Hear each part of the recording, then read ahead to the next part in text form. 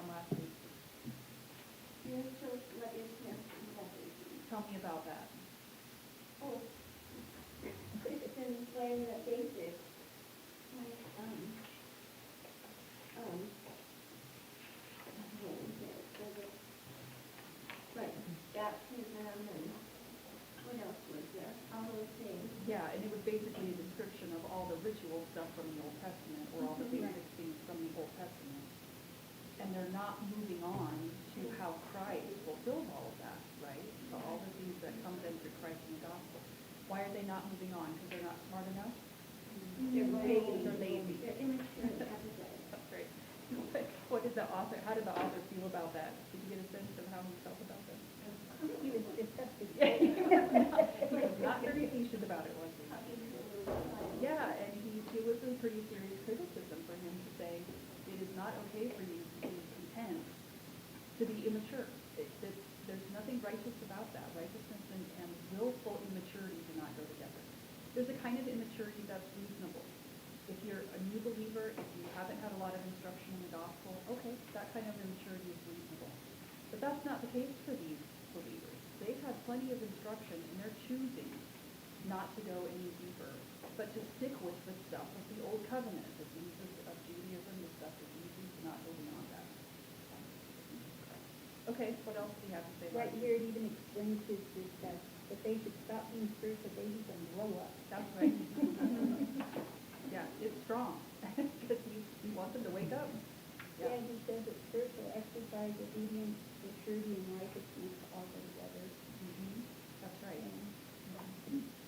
And there were some pretty strong warnings. I mean, it got stronger, actually, after that. What else did he have to say last week? Well, about repentance, I still quite remember that. About repentance, even when society that is the gift of God, and someone who respects Christ in this way will not be restored to repentance. Does that mean that you repent and then you sin again?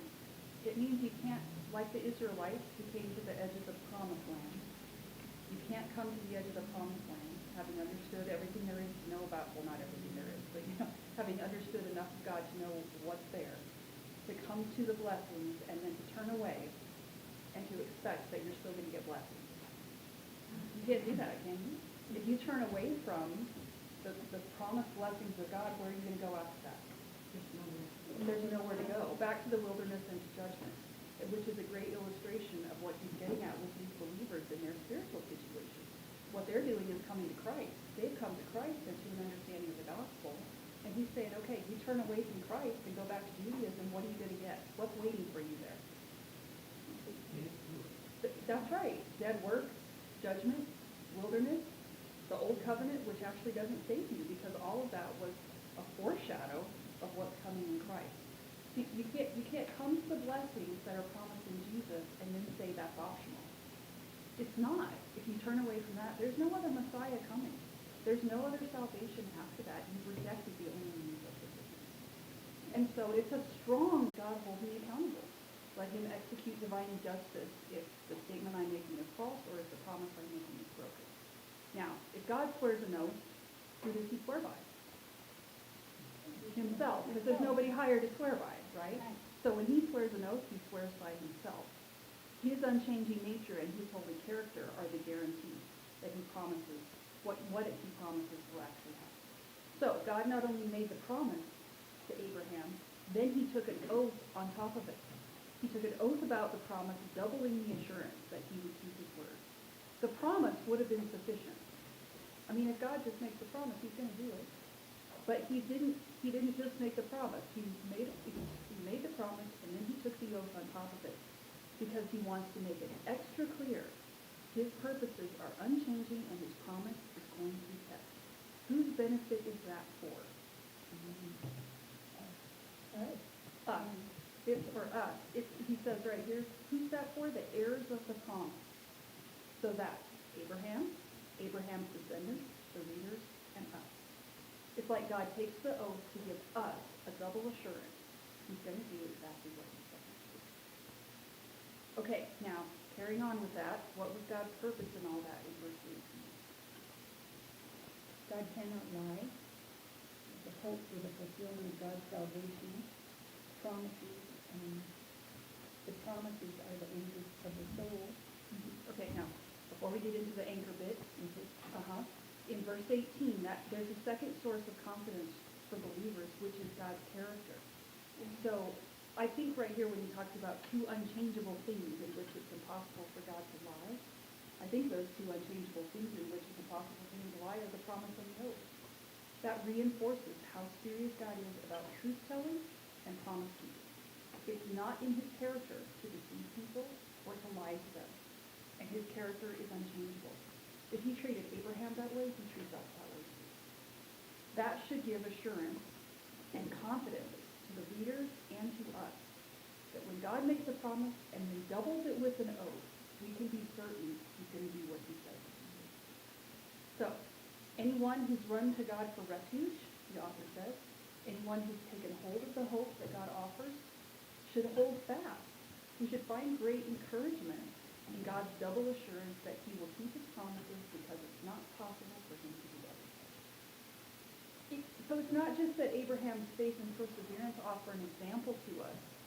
It's also that his experience demonstrates to us the character of the God we have in common. Through Abraham, we see the faithfulness of God to keep his promise. I suspect that some of you have waited 20 years or more for something. You know what it's like to persevere in waiting on God. But this is the character of our God, that he is steadfast and he does what he says he will do. And that promise was not just for Abraham, it was for us. We received the blessing promised to Abraham through his descendants. And that's what's coming next, which is the descendant with a capital B.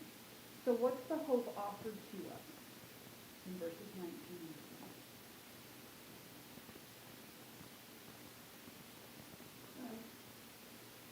20? Yes. And the presence of God in all things. Right. And it calls him right there in verse 19. We have this hope as an anchor for our soul. The hope is the person of Jesus, right? Mm-hmm. Now, why do you think he calls him an anchor? Because the anchor holds ship steadfast, right? keeps it from shifting and moving in the water. Mm-hmm. And never get involved in watching the water move. It Keeps you from drifting, Mm-hmm. especially during troubles and trials. That's right. I mean, think about that warning that he already gave to these readers to not drift away. What is it that keeps you from drifting? It's Christ. It's Christ as your anchor. That's what keeps you from drifting. And an anchor, well, the way you were just describing it, an anchor provides security and stability. And it keeps you from drifting, whether it's from lethargy and not paying attention, or whether it's from a storm that would blow you away. An anchor keeps you secure. The gospel is our hope. Christ is the one who provides us security and stability. And the author describes this hope as entering the inner sanctuary behind the curtain, which is the most holy place. What's in the most holy place? God. That's right. The presence of the sovereign and gracious God. It's the throne of grace. That's what's behind the curtain. So Jesus enters there. He gives us complete access to God because he's gone before us and he has entered the inner sanctuary on our behalf. There's a word that the author uses right here that means a forerunner or a trailblazer, in the sense that Jesus was the first one of us to go through the inner curtain. And he's not talking about the physical tabernacle. He's talking about the spiritual realities that that points to. Christ has blazed the trail for us. He has opened the way for us to have access to a holy God. He has become our high priest, not a temporary high priest, but a high priest forever in the order of Melchizedek. Now, that should all sound familiar because the author has just brought us back around to the subject. He started back in chapter 5, which is Jesus as our ultimate high priest. And the priesthood of Jesus is foreshadowed in the person of Melchizedek. So, let's look at Melchizedek.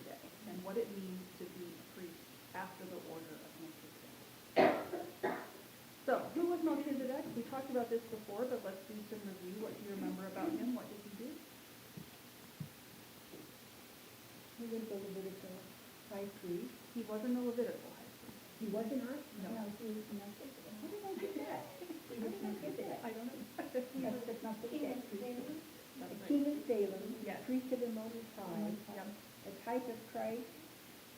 He blessed Abraham, returning to the slaughter of the king, and blessed him. Where did I wrote that down? I'm just gonna have that. In the order of Levites.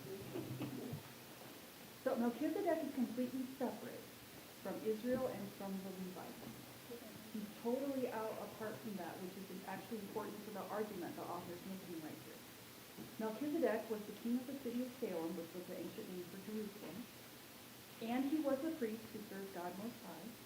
And that dual role is significant because in the law of Israel that came later, the role of the priest and the role of the king were kept separate. There's never a king who doubles as a priest or vice versa. Why not?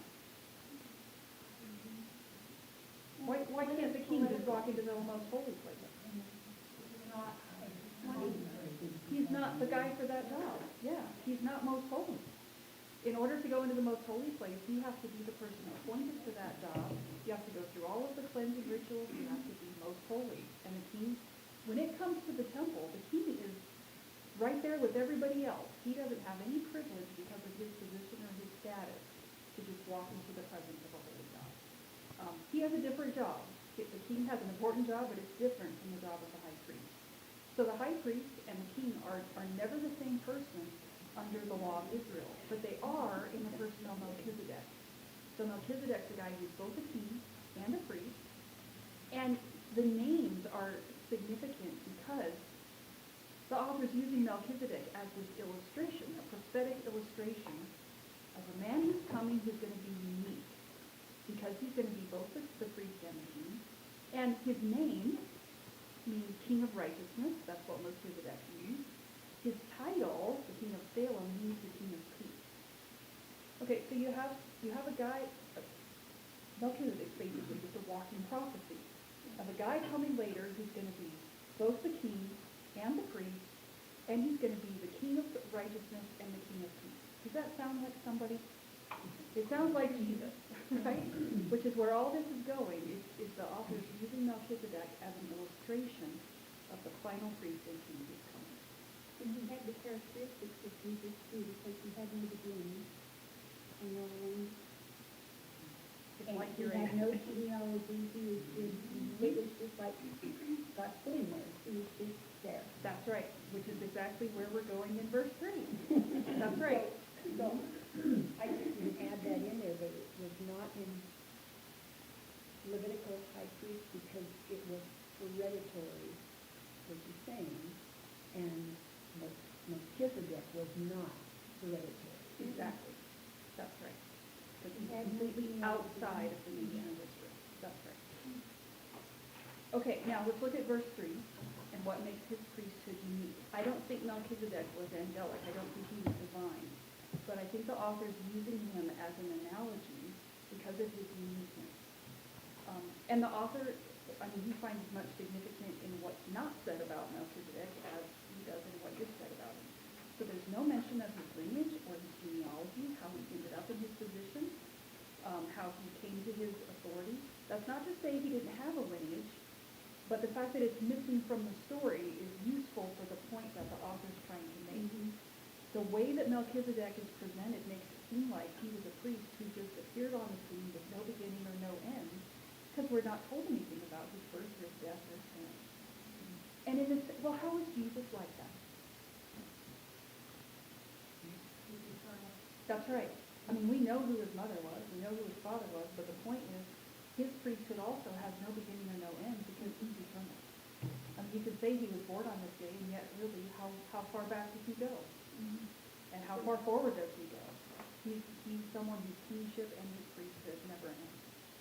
So, Melchizedek is simply in here to show us that Christ, that Jesus is, it just represents you. Yes, and that he's in a different category from the Levitical priest. And when I say different, I mean superior. That he's not just different from them, he's superior to the Levitical priest. Why does that matter? Because the people that the writer's writing to are tempted to go back to the Levitical priest. Yes. And so the argument the author's making is, why would you want to go back to the Levitical priest if you already have a priest who's superior to them? And you do because you have a priest who's like Melchizedek. And he's in a completely different category from any of the priests descended from the tribe of Judah. Yeah. So Jesus is a high priest also. Not only does he have no beginning or end, he's also a high priest who didn't come to his position through the usual means. He wasn't born into it because he was from the tribe of Levi. What was his tribe?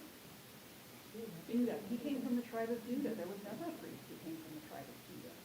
But Jesus came into his position not because of his lineage or his genealogy, but because of something else altogether.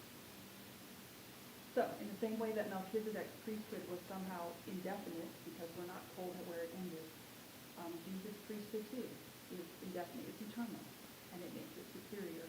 It makes him a superior priest to the Levitical priest. Now, in verse 4, how does the author argue for the superiority of Melchizedek? Because Abraham's highest children. Okay, now let's think about that in the larger context of the story in Genesis. That whole situation with Abraham preceded the giving of the law. So there was not actually anything that required Abraham to give a tithe to anybody, because the law hadn't come yet. Now, tithes were customary in that time and that culture as a means of honoring a leader. So in all those cultures of the ancient Near East, it was common to take a tithe to a priest or to a king to honor them. That's what Abraham's doing when he takes his tithe to Melchizedek. He's not commanded to by a law. He's just doing it to honor this man who's the king and the priest of Salem. And it's significant that when Abraham did that, he did it as the father of the Jewish nation. He gives this priest king a tenth of all the plunder he's taken from battle. And why would he do that? Because Melchizedek was the king of Salem, the priest of God Most High, and Abraham recognized his greatness. And here's the thing. Well, I'm getting ahead of myself. Hang on. Okay. So what did the Old Testament law require in verse 5? The law that came later through Moses. What did it require?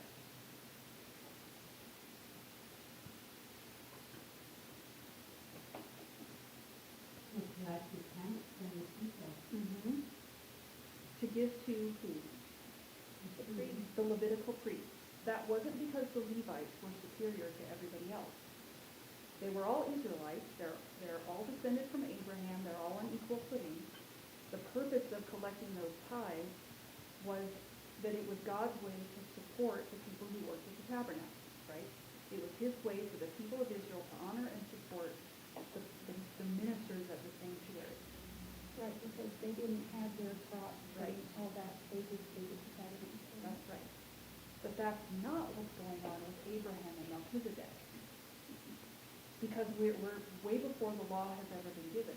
How is Melchizedek different from the priests of Israel? And better? I mean, how was he superior to them in 6%?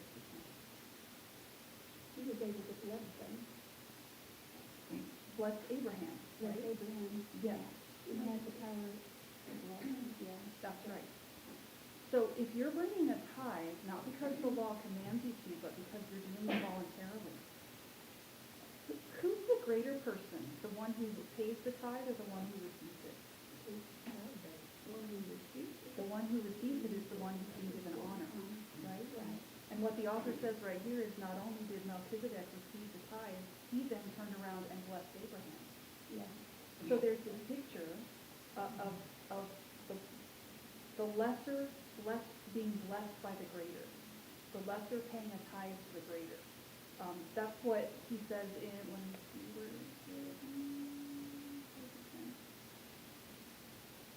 in verse 7. Without doubt, the lesser person is blessed by the greater one. You're getting this picture with Abraham and Melchizedek, that Abraham considers Melchizedek to be greater than he is. That's why he's bringing a tithe. And then Melchizedek turns around and blesses him. So, Melchizedek, again, Melchizedek is greater than the Levitical priest because at that time the Levites didn't even exist. There was no Levitical priesthood because there was no nation of Israel yet. But Melchizedek collecting a tenth from Abraham and blessing him, he's outside, Melchizedek is outside and above both Israel and the law. So, in that sense, he's greater than Abraham, and that means he's also greater than all the priests who descend from Abraham. Now, why does that matter? If Melchizedek was greater than Abraham, his priesthood must be greater than a priesthood that traces its descent from Abraham, and the greatness of Melchizedek is important right here because it's being used as a picture of somebody else, of a greater priesthood that doesn't come through the Levites. If we consider just the indefiniteness of Melchizedek's priesthood, that it had no beginning or ending, there's a pointed contrast right here between giving a tenth to men who are born, do their work for a limited time, die, and then they're succeeded by someone else, and giving a tenth to a man whose priesthood is eternal. Now, we're not saying that Melchizedek was eternal, but he's a really useful picture for what the author is saying about Jesus as the eternal high priest who is greater than all of the other priests that came through. The Levitical priests, they lived, they died, and then, when they're gone, you give your tithe to somebody else. The tithe was always paid to mortal men. But now we're looking at Melchizedek as someone who's outside of that and thinking, okay, he's greater than Abraham, and he's a picture of a priest who's greater than all the priests descended from Abraham. Now, if the Jews see that, that's a good question. Could you explain that to them? Not I know. And the author right here says, okay, if you keep following that through, you could even say that because it was Abraham who gave the tithe, and Abraham is the father and the representative of Israel, in a certain sense, it's like saying all of his descendants, including all the Levitical priests who will come from him, were represented by that. That you could say they all participated in that tithe because they were all descended from Abraham. As the father of the nation, here's their representative paying homage to Melchizedek.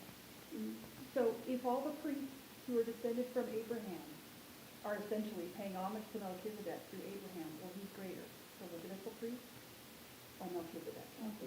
Melchizedek. And again, that's a useful picture for the better priest who's coming, who's not going to be a Levite. The priest who's coming, who's going to be. So, Melchizedek, the point of all this is to say, Melchizedek was in a category all his own, outside and above the priests and all the priestly traditions of Israel. Now, how are those arguments about Melchizedek related to the high priesthood of Jesus? Okay, now we've been talking about this as we go through, but here's just a summary of that. Number one, Jesus is both the priest and the king. He's the one who combines those two roles into one. And that's important. We're going to talk more later about why that's important, but it's important that the king and the priest are one person in the person of Jesus. He's eternal, which means that his priesthood never ends. Now, think about the importance of that. What if, let's just say that you're an Israelite under the Old Testament law, and you make a yearly pilgrimage to go to the tabernacle, and you show up to bring your sacrifices to the tabernacle, and it turns out that the high priest died last night. Now what? So you can either turn around and go home, or you could wait until they, ordain a new high priest, and you remember how long that took, right? It was a whole process. If you can't just show up at the tabernacle and say, oh, there's no priest, I'll just do my own thing, right? If the priests aren't there, you can't just go to the altar and do what you want to do. If the high priest isn't there, where are you going to go from there?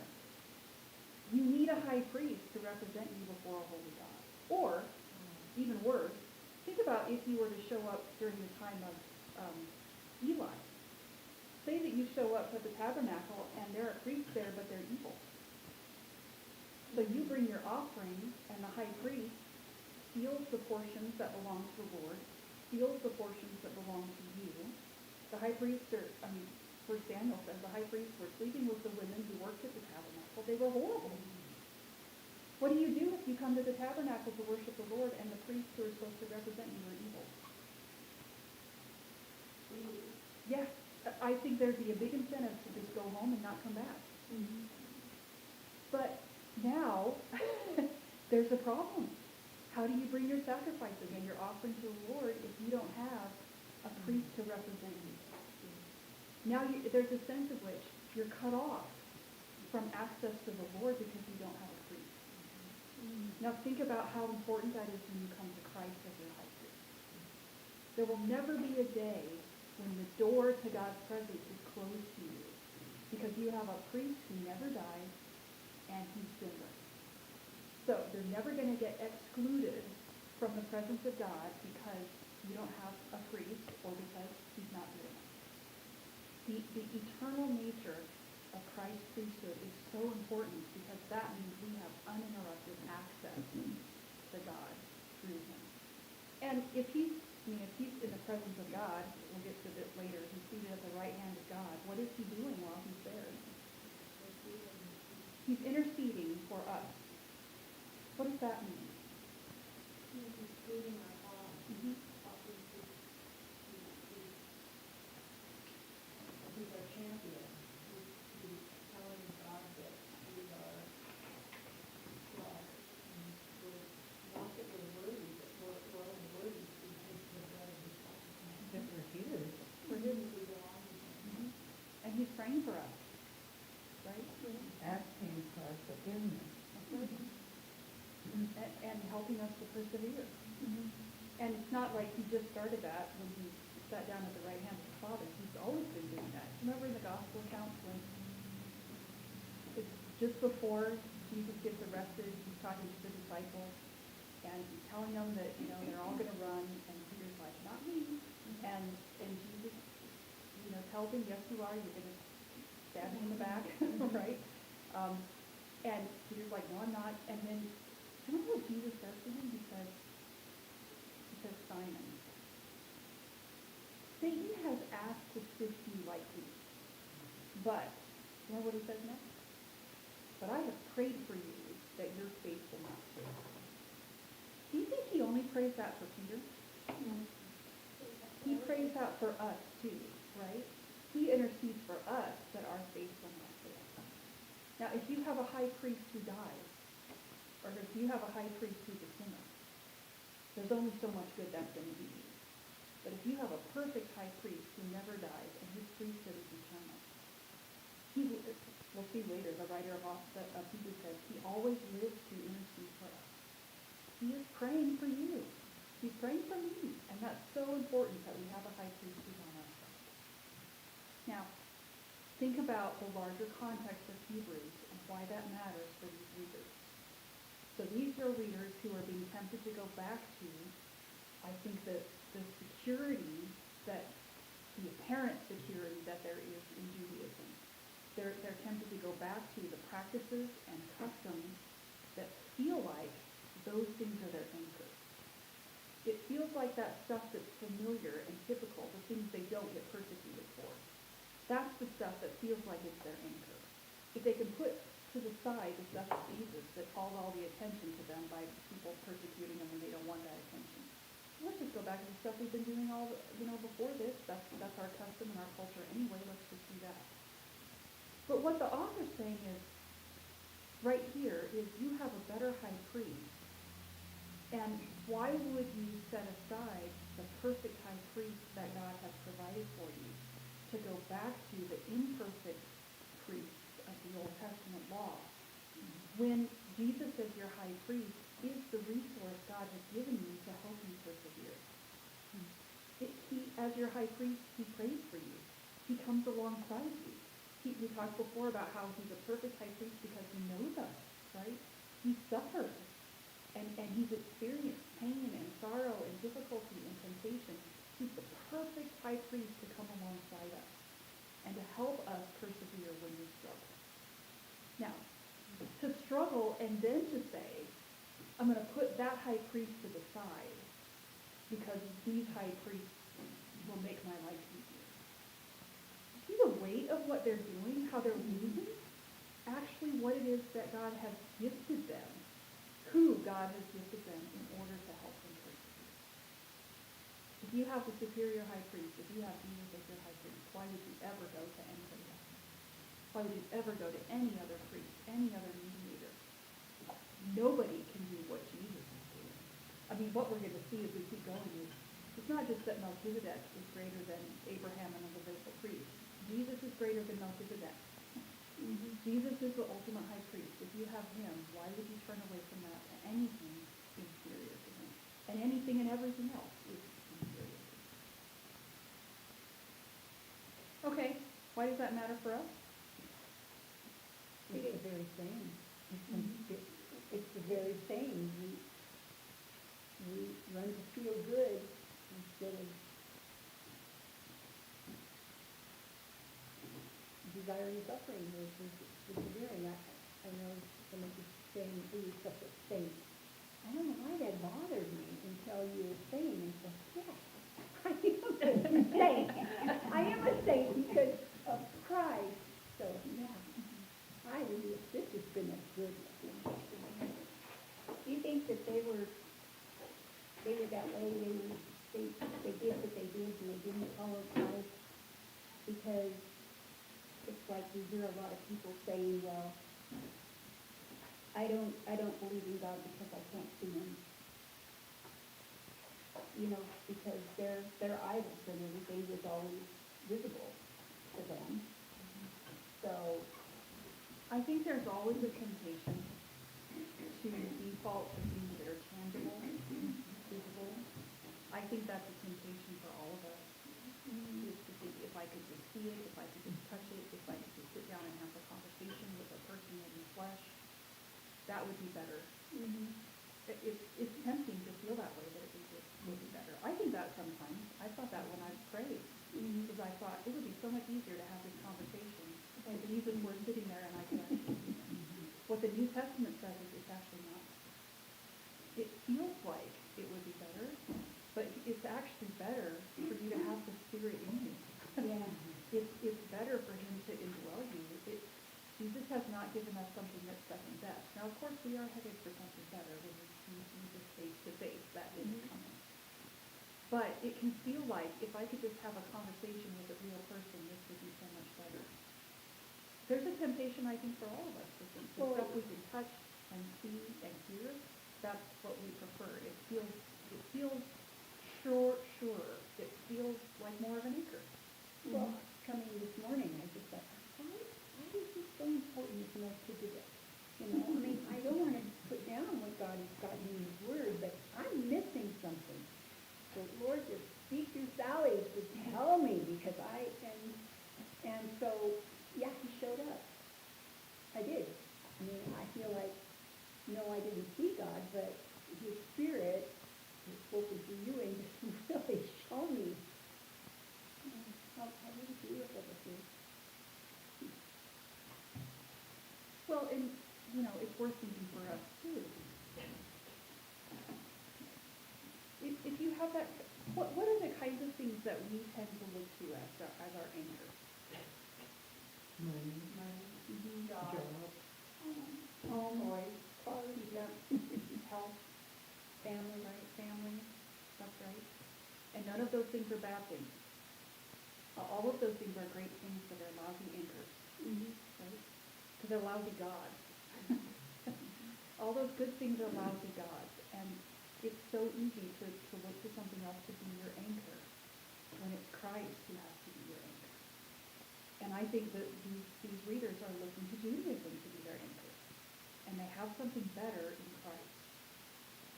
So, don't turn away from the high priest. What you have is better than anything else that you think might anchor you, but ultimately isn't. Yeah, have me worship the car with the broken transmission.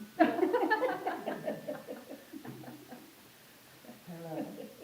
I was actually reading a book yesterday that said I am at Bible study now, I'm not home. one of the things. Do you have Genesis phone number? Okay. So the power has been off? I didn't even know that. gonna find out No? authentically. Okay, thank you. Yeah, that's just what I'm thinking. Yeah, maybe that's what the fire trucks and everything does, yeah. Have you had power outages? This was our neighbor calling me to see if we had power. It's Maybe probably it- from whatever's going on down Yeah. the street. Maybe But a you in your home? Well, not you. transmitter went out, I bet a they, Maybe. They'll turn stuff off Yeah. too. Anyway, we don't know. But we can tell you about Jesus. Yeah. That's right. I was reading this book yesterday that was talking about how if you want to know what your false anchors are, he didn't use the word anchor, but that's what I was thinking of the Hebrews. If you want to find out what your false anchors are, suffering will show that to you in a way that's often other things won't. It's easy to want to avoid suffering, of course, because it hurts. But suffering has a way of revealing to you the stuff that you're dependent on rather than Christ. The things that you default to that are not Jesus. And then to find out that stuff doesn't actually hold up. I mean, you think this is what's going to be your foundation when you walk through suffering, and then you find out it's not up to the task. That there really is nothing that will help you go through suffering better than Jesus. Jesus is the one who will walk you through it. But, you know, sometimes you don't even know what the idols are until you're in the middle of something difficult and you're thinking, wow, I'm depending way too much on that to sort me out or to make me happy or to give me security or stability. yeah, it's funny because I just, you just made me think what my daughter did. You want to say this online? No. Okay. Then hold that thought for just a minute. Thank you. Let me read one last quote for you. In the Christian life, you are going to get beaten around by waves. It can feel like you are about to be pulled away by the current, by things that make you doubt God. That might be pain in your life and in the lives of others. It might be terrible stories on the news. It might be hostility from unbelievers. It might be something else altogether. But what you need more than anything, if you are going to hold to your faith, is an anchor, and we have one. This is what the writer of Hebrews wants to remind the readers and us of. He encourages us with the truth that we can trust God because of Jesus. Jesus is the anchor for our soul. Yeah, that's everything he's arguing with this whole thing with Melchizedek is you have a great high priest, better than any high priest who has ever lived, and he is your anchor. He's the one who will walk through difficult things with you. He is the one who will help you to persevere. Okay, any last comments? Anything you want to add? He also, not to detract from what you said, but God also gives us support people to help us. Yes, it does. Mm-hmm. I think that the writer of Hebrews is one of those, right? I mean, the writer, why is he writing this letter? Because he's mad at them, or because he loves them? Because he loves me. I mean, thank you, God, for people who come alongside us to support us and encourage us and even to confront us. The people who would come along and say, you know, you're drifting. Here's Christ. You know, remember Christ. Yeah, we need those people. I really liked reading this because it shows you how close Abraham was with God. Mm-hmm. That he showed him who Melchizedek was. Mm-hmm. He knew. And I'm encouraged by that because it's not like Abraham